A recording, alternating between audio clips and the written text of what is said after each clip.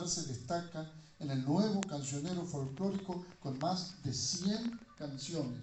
Posee temas grabados por Mercedes Sosa, Jorge Rojas, Abel Pintos, Peteco Carvajal, Marcelo Toledo, Horacio Vanegas, Jacinto Piedra, Los Manceros Santiagueños, León Gieco, Luis Salinas, Los Nocheros, entre otros distinguidos intérpretes.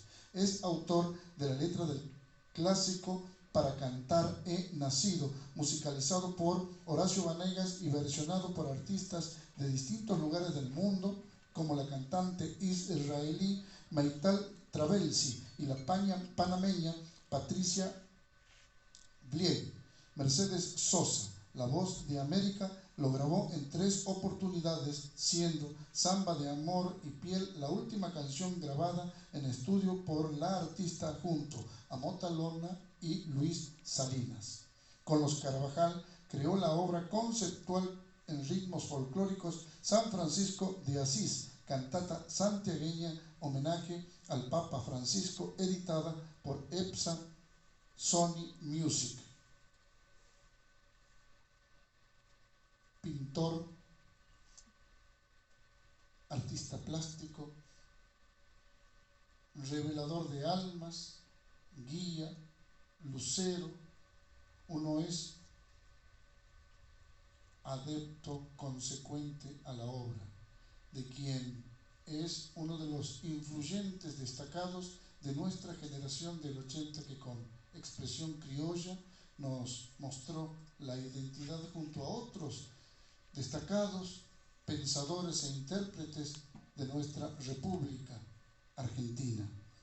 Hoy iniciamos el ciclo de conferencias y recibimos con un fuerte y cálido aplauso a Peteco Carvajal y Adolfo Marino Bebe Ponte.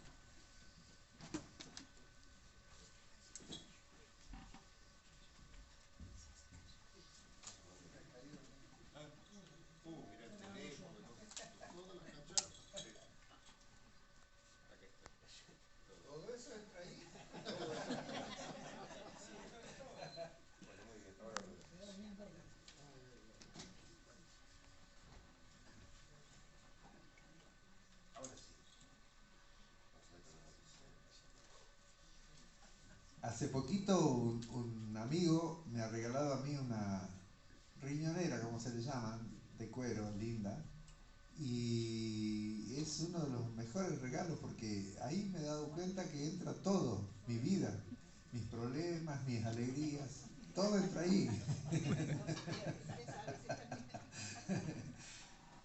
Llevo todo ahí. Muy bien. Bueno, aquí estamos, bebé. Sí, estamos. Me voy a poner así mirando un poco. Dale. Siempre nos juntamos con Peteco a tomar mate y a charlar un rato y a veces también a hacer algunas creaciones. Así que buenas tardes. Bienvenidos a esta conferencia ilustrada, así reza el título, organizado por la Academia Argentina de Folclore y por Cultura de la Cámara de Diputados de la Nación. A ellos el agradecimiento por promover estos espacios de difusión, y son espacios de memoria de la música popular, del arte y de la cultura argentina, así que debemos apoyar siempre estas iniciativas. Quiero saludar especialmente a Antonio Rodríguez Villar, Tonito le decimos nosotros, que se encuentra presente, es el presidente emérito de la Academia Argentina de Folclore. Es un hombre que a lo largo de su vida viene impulsando este tipo de actividades, de creaciones culturales. Dicho esto, vamos a charlar un poco con Peteco Carvajal. Antes voy a hacer una breve historia por el recorrido de la familia Carvajal, de sus creaciones, de su impronta en el camino, en la aventura artística de la cultura popular, de la música popular argentina. En un principio podemos pensar el nacimiento de esta familia a partir de dos nombres, Carlos y Agustín Carvajal, o Agustín y Carlos Carvajal.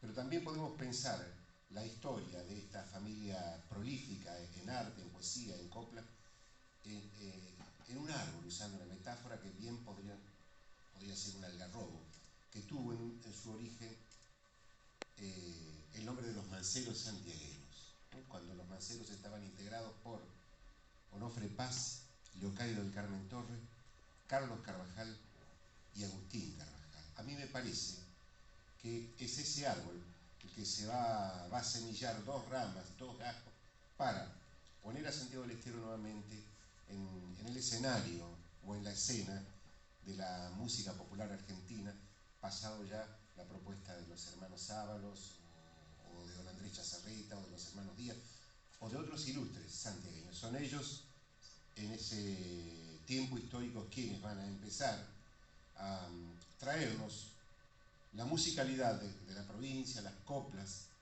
todo ese enjambre de arte que tenía Santiago del Estero para darlo a conocer al resto del país. Antes lo había hecho don Andrés Chazarreta, lo había hecho don Julio Argentino Jerez, que creo que lo nombraste recién, Peteco, lo habían hecho los hermanos Ábalos.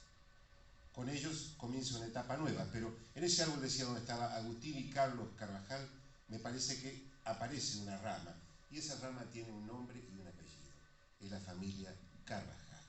Entonces, en ese principio vamos a ubicar a Agustín y a Carlos. Hay temas, hay hechos, hay historias que van a ubicar a estos dos hermanos como adelantados de esta familia del barrio de los Lagos, de la banda.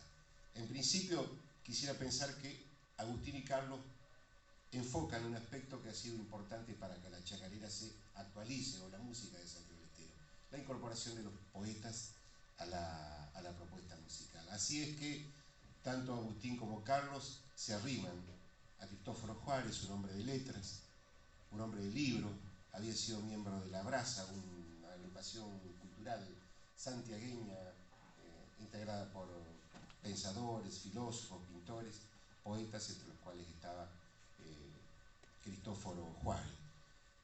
Hay dos hechos ahí iniciales. Por un lado, Carlos Carvajal cantando con los manceros santiagueños, y por el otro lado, la incorporación de Agustín Carvajal a otro grupo que va a ser también una suerte de faro en la idea de nueva canción, de nuevo folclore, que eran los cantores de Salavina. Así que ahí tenemos el origen. ¿Es así, Peteco? ¿Carvajal o no? Sí. Es así. Porque vamos a hablar del origen, vamos a hablar del desarrollo y después de la renovación.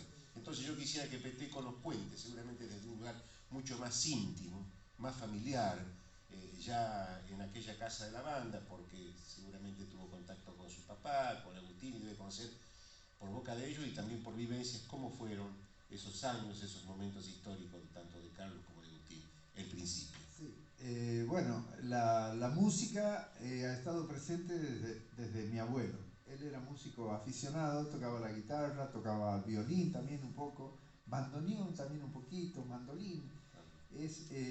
Recuerdo que en la Casa de los Lagos había un mandolín, había violín, pero el mandolín era el que me llamaba la atención a mí, la forma, sí, la madera, los colores que tenía, el nácar, ¿no? Es un instrumento que al día de hoy se usa en Santiago del Estero. Sí. Instrumento europeo y que se quedó como medieval, como tradicional para tocar música folclórica.